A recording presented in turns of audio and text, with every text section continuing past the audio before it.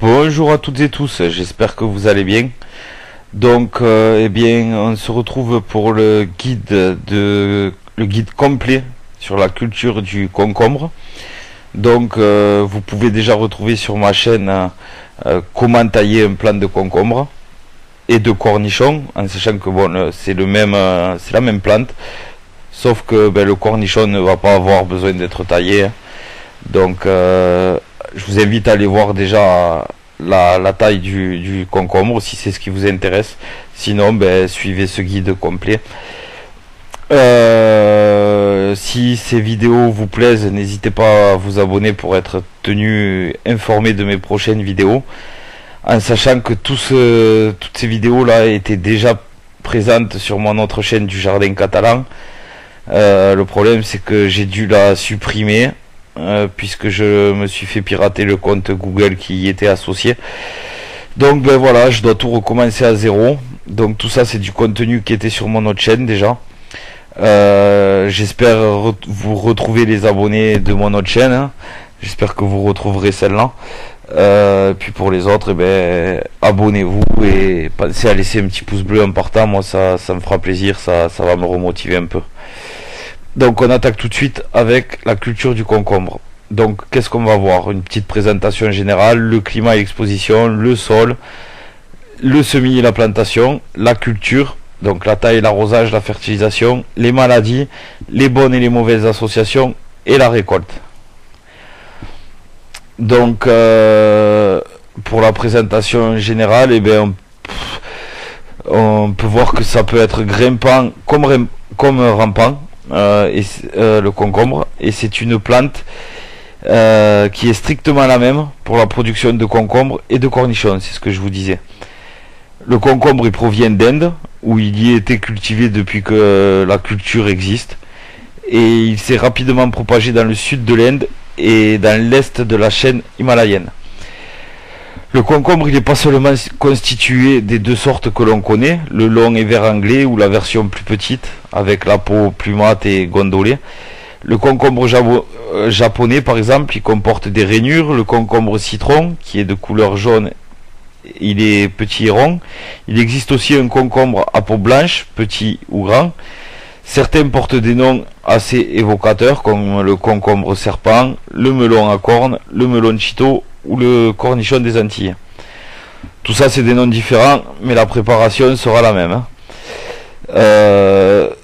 Il y en a un qui s'appelle le melon à cornes parce que ça fait partie de la famille des cucurbitacées, et donc c'est de la même famille que le melon.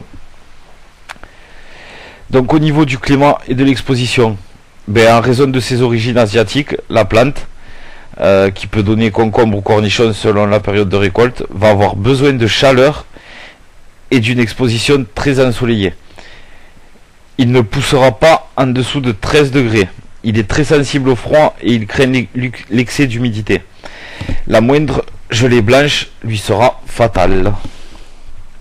Donc au niveau du sol, déjà le concombre, c'est une culture assez facile à réaliser et il n'est pas très exigeant au niveau du sol. Mais tout de même, il va préférer un sol meuble et bien drainé, auquel vous ajouterez un peu de compost ou d'engrais au moment de la plantation dans votre trou. De toute façon, ça c'est répétitif. Toutes les plantes potagères ont besoin d'un sol drainé. Ça n'aime pas l'humidité par rapport aux maladies, les excès d'humidité, donc il faut des sols toujours bien drainés. Pour le semis et la plantation, vous allez semer en godet entre mars et avril, en serre chauffée ou sous châssis sur couche. Vous allez semer 3 graines par godet. Vous allez repiquer vos jeunes plants en pleine terre à partir de mai, quand les gelées ne seront plus à craindre. Donc généralement c'est la deuxième quinzaine de mai, après les fameux scènes de glace. Et vous allez conserver uniquement le plant qui sera le mieux formé de chaque godet. Ensuite, quand vous allez repiquer, vous allez espacer de 80 cm minimum sur le rang. Vous pouvez également les semer directement en pleine terre, donc en place, à partir de mai, en poquet, à raison de 3 ou 4 graines par poquet. là encore, vous conserverez seulement le plan le mieux formé. Des pokés, qu'est-ce que c'est, hein? C'est vous faites un trou de plantation, vous y mettez 4 graines dedans, comme si vous semiez en terrine, et voilà, et vous gardez celui qui se développe le plus rapidement, le plus joli, quoi. Dans votre trou, vous pouvez y déposer un peu de terreau et d'engrais. Ça aidera pour quand le plant va se développer pour les racines. Vu que vous n'aurez plus après, vous ne pourrez plus le faire par la suite. Je vous conseille un mélange 50% terreau, 50% terre avec un peu de billes d'engrais à l'intérieur. Donc pour la culture, donc la taille, bon ça on l'a vu déjà. Je vous invite, pour pas que la vidéo soit trop longue, on va le sauter. Je vous invite à aller voir dans la playlist les guides de taille.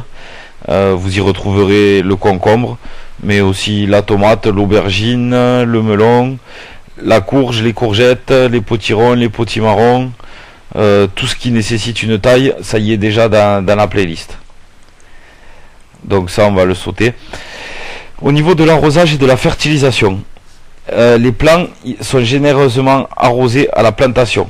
Il faudra ensuite être régulier plutôt qu'abondant, attention, dans les arrosages, surtout pour les variétés anciennes.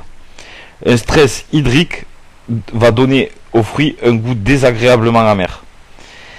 Les paillages épais sont plutôt indispensables pour limiter les arrosages qui font toujours courir le risque de créer un déséquilibre, notamment avec des apports irréguliers, parfois mal adaptés, et ça va favoriser les maladies si le feuillage est touché.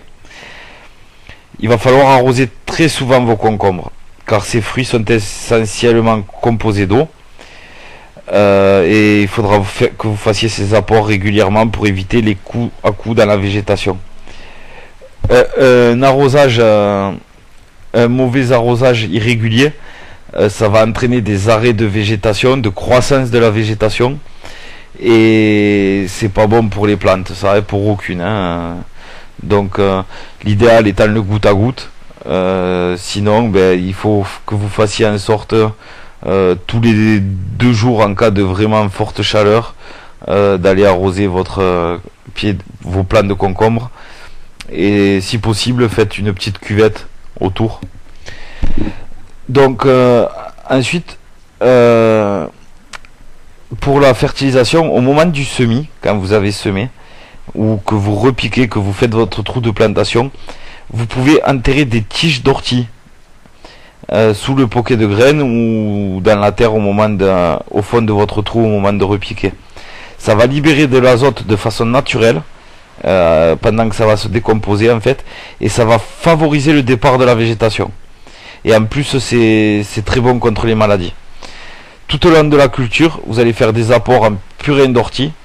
Ça va stimuler la croissance des plantes tout en renforçant leur immunité face aux maladies. Le purin d'ortie, ça rentre par le système foliaire, c'est-à-dire par les feuilles. Donc voilà, et en plus ça protège les maladies.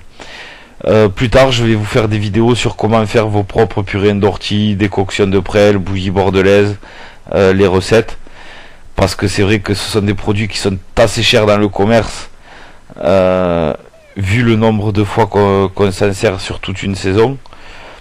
Alors que c'est bien plus économique de le faire soi-même, et c'est pas très difficile. Donc les maladies, on a l'oïdium. Donc ça c'est pareil, je vais le passer parce qu'au début, quand j'ai fait ce guide, j'avais pas fait de playlist sur les maladies, mais ça va arriver. Je l'ai déjà, le PDF est déjà prêt, donc j'ai plus qu'à vous le présenter. J'ai fait un guide sur l'oïdium, bien plus complet que ce qu'il y a là, avec les remèdes, les traitements curatifs et préventifs, comment l'éviter, vraiment un guide sur l'oïdium complet. Et pareil sur le mildiou, donc je vous invite à vous abonner pour être tenu informé dès que ce sera publié. Ensuite, les bonnes associations, le concombre il se marie bien avec l'aneth, le chou, les haricots, les laitues, le maïs, l'oignon, les pois, le tournesol, les fèves, le brocoli, le céleri et les radis. En revanche, il ne faut pas le mettre près des melons, des pommes de terre, des tomates et de la sauge. Et au niveau de la récolte, elle a lieu 3-4 mois environ après le semis, de mai à octobre, selon les variétés. Les concombres vont devoir être récoltés tous les 2 à 3 jours, tant qu'ils sont fermes et avant que leur teinte ne tourne au jaunâtre. Les cornichons, quant à eux, seront récoltés jeunes, environ la grosseur d'un petit doigt, et vous les mettrez à confire dans du vinaigre. Donc, voilà, j'espère que cette vidéo vous aura plu. Si c'est le cas, n'hésitez pas à vous abonner, comme je vous l'ai déjà dit, hein, moi ça me ferait plaisir qu'il y ait un maximum d'abonnés, vu que je repars à zéro, là c'est compliqué. N'hésitez pas à mettre un petit pouce bleu si vous avez aimé la vidéo, puis surtout ce qui est plus important pour moi, c'est n'hésitez pas à me laisser des commentaires, à me faire des retours sur les vidéos, si vous aimez, si vous aimez pas, à me proposer des idées de vidéos, pourquoi pas, moi je suis preneur, hein, en sachant que j'ai plein d'idées, mais s'il y a quelque chose que vous voulez voir en particulier, n'hésitez pas.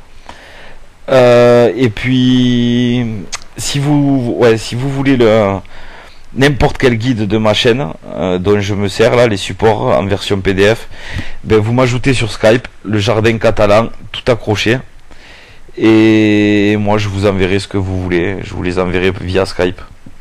Donc voilà, c'est tout. Donc je vous dis à très vite pour une prochaine vidéo. A plus.